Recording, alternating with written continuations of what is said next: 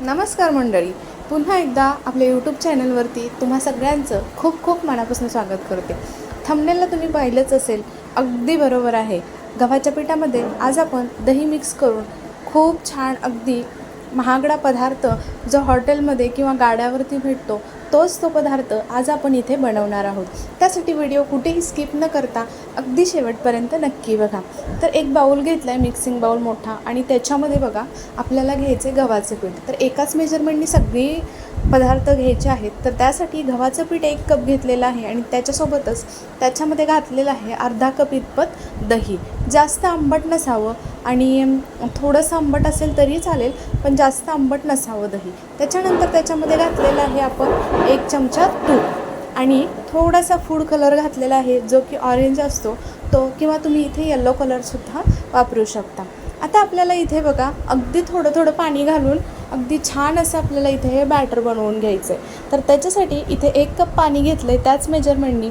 आता आपल्याला थोडं थोडं घालायचं आहे. तर त्यासाठी पहिला अर्धा कप घातलं होतं आणि त्याच्यानंतर अजून अर्धा कप ठेवलं होतं. तर त्याच्यातील सुद्धा थोडंसं पाणी घालून घेतलेलं आहे आणि आपल्याला छान असं मिक्स करून घ्यायचं आहे. अगदी छान पीठ आपल्याला हलकं होईपर्यंत फेटून घ्यायचं आहे.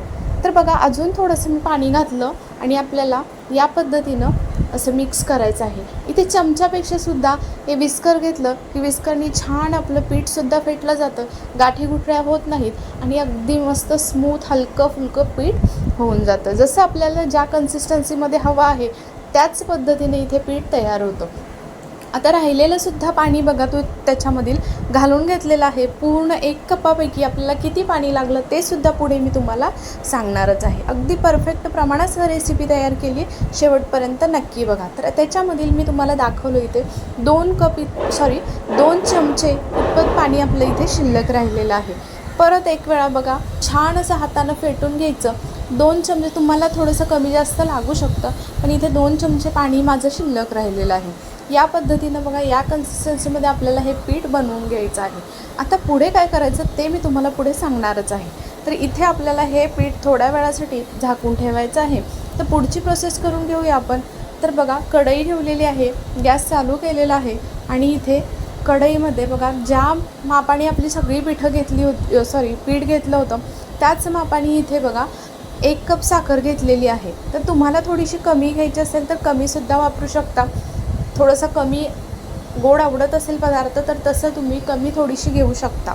पण इथे मी अगदी 1 कपाला 1 चमचावर कमी इतपत इथे साखर घेतली आहे. त्याच्यामध्ये बघा अर्धा कप पाणी घातलेलं आहे आणि आपल्याला हे छान असं याचा फक्त अगदी चिकट असा पाक बनवून घ्यायचा आहे. म्हणजे पाक अगदी आपल्याला 1 तारी 2 तारी असा काहीच बनवायचा नाही, तर फक्त चिकट बनवायचं आहे. त्याच्यानंतर 1 वेलची त्याच्यामध्ये फोडून घातली आहे बघा आणि थोडासा इथे फूड कलर घातला आहे, जो की आपण इकडे ऑरेंज वापरला होता तोच इकडे घातलेला आहे. कलरसुद्धा तुम्ही बघू शकता खूप छान आला आहे आणि पाकसुद्धा तुम्हाला मी दाखवलं अगदी छान असा मधासारखा चिकट झाला आहे. गॅस बंद करून दिला. त्याच्यानंतर त्याच्यामध्ये बघा अगदी थोडासा म्हणजे अर्धा चमचा किंवा थोडंसं जास्त म्हणजे पाऊण चमचा इतपत आपल्याला इथे लिंबाचा रस घालायचा आहे. गॅस बंद करूनच घातलेला आहे, जेणेकरून आपल्या पाकाची साखर बनणार नाही, प्रोसेस तिथे थांबली जाईल. इथे पुढे बघू शकता. आता आपण पुढे काय करायचं ते सांगते. इथे मी बेकिंग पावडर तुम्हाला दाखवली, तर बेकिंग पावडर इथे 1 चमचा आपल्याला घालायची आहे. या पिठामध्ये घातल्यानंतर त्याच्यासोबतच आपल्याला त्याच्यामध्ये थोडासा खाण्याचा सोडा घालायचा आहे आणि तो खाण्याचा सोडा बघितला चमच्यावरती अगदी थोडासा, म्हणजे अर्धा चमचा पण नाही, थोडासा कमीच, किंवा अर्धा चमचासुद्धा तुम्ही वापरू शकता. तो घालून छान परत एक वेळा पीठ हलकं फुलकं फेटून घेतलेलं आहे. पीठ जेव्हा आपण हलकं फुलकं फेटून घेतो त्याच्यानंतर जास्त वेळ ठेवायचं नाही. जोपर्यंत सोडा ॲक्टिव्ह असतो तेव्हाच आपल्याला हे पीठ भरून घ्यायचं आहे. तर इथे बघू शकता ही सॉसवाली जी बॉटल असते ती घेतलेली आहे. ह्याच्याने कसं अगदी छान अशी पातळ मस्त पदार्थ आपला बनला जातो. आणि इथे आता बघा जे पीठ होतं ते सुद्धा छान असं या बॅगमध्ये भरून घेतलेले आहे. अशा आपल्याकडे थैल्या असतातच, ग्रॉसरी वगैरे आपण आणतो त्याच्या, तर त्यामध्ये ते पीठ भरून घेतलं की आपल्याला त्या बॉटलमध्ये ट्रान्सफर करण्यासाठी सुद्धा अगदी सोपं होऊन जातं. इथे आता बघा या पद्धतीनं जो स्पॅच्युला असेल तर तो घ्यायचा, म्हणजे पटकन आपलं सगळं मिश्रण जे बाउलचं आहे ते पटकन निघतं आणि जास्त टाईमसुद्धा लागत नाही. आता बघा मी तुम्हाला दाखवते. अगदी शेवटचं वरतून छान असं पॅक करून घेतलं, म्हणजे हातानेच मी रोल करून घेतला होता समस्त. आणि त्याच्यानंतर सगळं मिश्रण बघा या पद्धतीनं थोडीशी साईडला कट मारून घेतला आणि सगळं बॉटलमध्ये ट्रान्सफर करून घेतलेलं आहे.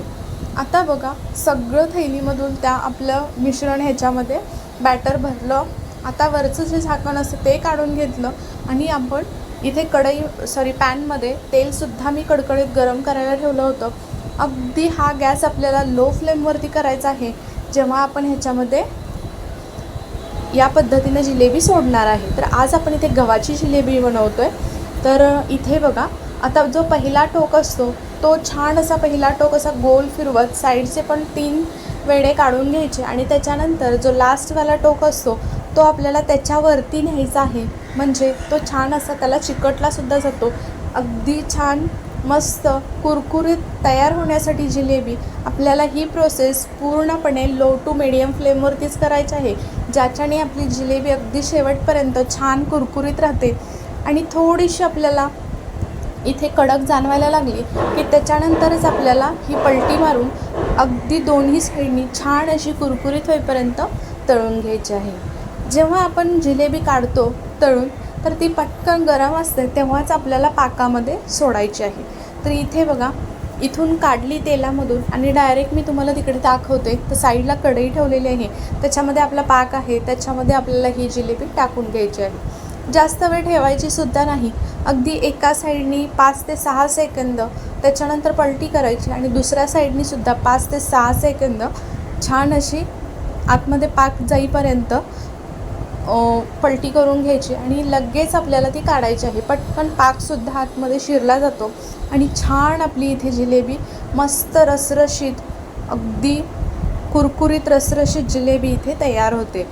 तर ही सगळी प्रोसेस आपल्याला मी पुन्हा सांगते आहे की आपल्याला लो टू मीडियम फ्लेमवरतीच करायची आहे. कलरसुद्धा तुम्ही बघू शकता आणि अगदी शेवटची झाल्यानंतरसुद्धा मी तुम्हाला दाखवणार आहे. खूप छान कुरकुरीत जिलेबी तयार होते. इथे दुसरी बॅचसुद्धा या पद्धतीनंच तळून घ्यायची. पहिलं टोक आणि शेवटचं टोक अगदी त्याच्यावरती आलं पाहिजे, म्हणजे जिलेबीचा वेडासुद्धा खूप छान येतो. अगदी पहिल्या वेळी जरी जमत नसेल, आता मी ही दुसऱ्या वेळी दाखवते तुम्हाला. पहिली एक रेसिपी मी अपलोड केलेली आहे तेव्हा आपण ती मैद्यापासून बनवली होती. पण मैद्यापासून बनवण्यापेक्षा कधी कधी काय होतं की आता गावाची वगैरे लोकं असतात, म्हणजे गावाकडची भागातली वगैरे, तर त्या सगळ्यांच्याच घरी मैदा उपलब्ध असेल असं नाही. आणि मेन म्हणजे मैदा खाण्यासाठी चांगलाही नाही. त्याच्यापेक्षा कधी अचानक वेळी खायची इच्छा झाली तर आपल्याकडे गव्हाचं पीठ तर असतं. अगदी कमीत कमी साहित्यामध्ये बघू शकता आणि तुम्ही खूप छान इथे जिलेबी तयार होते. पटकन मुलांना आपण कधी इच्छा झाली किंवा आपली जरी इच्छा झाली तर गव्हाच्या पिठापासून अगदी छान अशी महागडी जिलेबी आपण जी बाहेर घेतो, गाड्यावरती असो हॉटेलमध्ये असो, ती अगदी खूप कमी वेळामध्ये 15 ते 20 मिनटामध्ये छान अशी बनवून तयार होते घरी. नक्की या पद्धतीनं ट्राय करा. दुसरी बॅचसुद्धा इथे बघू शकता याच पद्धतीनं तळून घेतलेली आहे. अगदी लो टू मीडियम फ्लेमवरती शेवटपर्यंत कुरकुरीत होईपर्यंत तळून घेऊन नंतर गरमागरम आहे तेव्हाच आपल्याला ती पाकामध्ये सोडायची आहे. 6 ते 7 सेकंद सेम या पद्धतीनंच एक बाजू आणि नंतर दुसरी बाजू 6 ते 7 सेकंद अशा पद्धतीने इथे बघू शकता. पहिल्या 3 काढल्या होत्या मी तुम्हाला दाखवलेल्या डिशमध्ये होत्यासुद्धा आणि त्या मी इथे करते दुसरी बॅच. तोपर्यंत माझ्या यशनी पहिल्या 3ही सगळ्या संपवून टाकल्या. म्हणजे मुलांनासुद्धा खूप आवडतं असं. आणि बघितलं तुम्ही गव्हाच्या पिठापासूनच तर आपण ही गोष्ट बनवलेली आहे, तरीसुद्धा अगदी हे माझ्याकडे एखादा दिवससुद्धा राहणार नाही. अगदी छान अशा ताट भरून जिलेबी तयार होतात. इथे बघू शकता खूप छान जिलेबी रसरशीत मस्त तयार झाली आहे. आता इथं मी तुम्हाला दाखवतेच आहे, अगदी जवळूनसुद्धा दाखवते. या पद्धतीनं एवढ्या म्हणजे अगदी 30-40 जिलेबी एका आकाराच्या म्हणजे 3 ते 4 वेड्याच्या बनवून तयार होतात. नक्की या पद्धतीनं बनवून बघा. थोडेसे ड्रायफ्रूट घातलेले आहे वरतून, तुम्ही नाही घातले तरी चालू शकतं. मी इथे थोडंसं गार्निशिंगसाठी घातलेलं आहे. पण हे कडासुद्धा एक दाखवते, बघू शकता खूप छान अगदी तोडूनसुद्धा दाखवते. मस्त पाकसुद्धा आतमध्ये रसरशीत भरला गेला आहे आणि खाण्यासाठी सुद्धा अगदी शेवटपर्यंत ही जिलेबी कुरकुरीत राहते. नक्की बनवून बघा आणि मला कमेंटमध्ये सांगायला विसरू नका आपली जिलेबी कशी झाली आणि तुम्हाला आजची ही रेसिपी कशी वाटली ते सुद्धा सांगा. चॅनलवरती नवीन असाल, अजून सबस्क्राईब केलं नसेल तर प्लीज सबस्क्राईब करून त्याच्या पुढील बेल बटनसुद्धा प्रेस करा, म्हणजे माझे छान छान व्हिडिओ तुम्हाला नक्की पाहायला भेटतील आणि त्याचं नोटिफिकेशन तुम्हाला सगळ्यात पहिल्यांदा येईल. आशा करते आजची रेसिपी तुम्हाला आवडली असेल. पुन्हा भेटू उद्या छानशा रेसिपीसोबत. तोपर्यंत बाय बाय.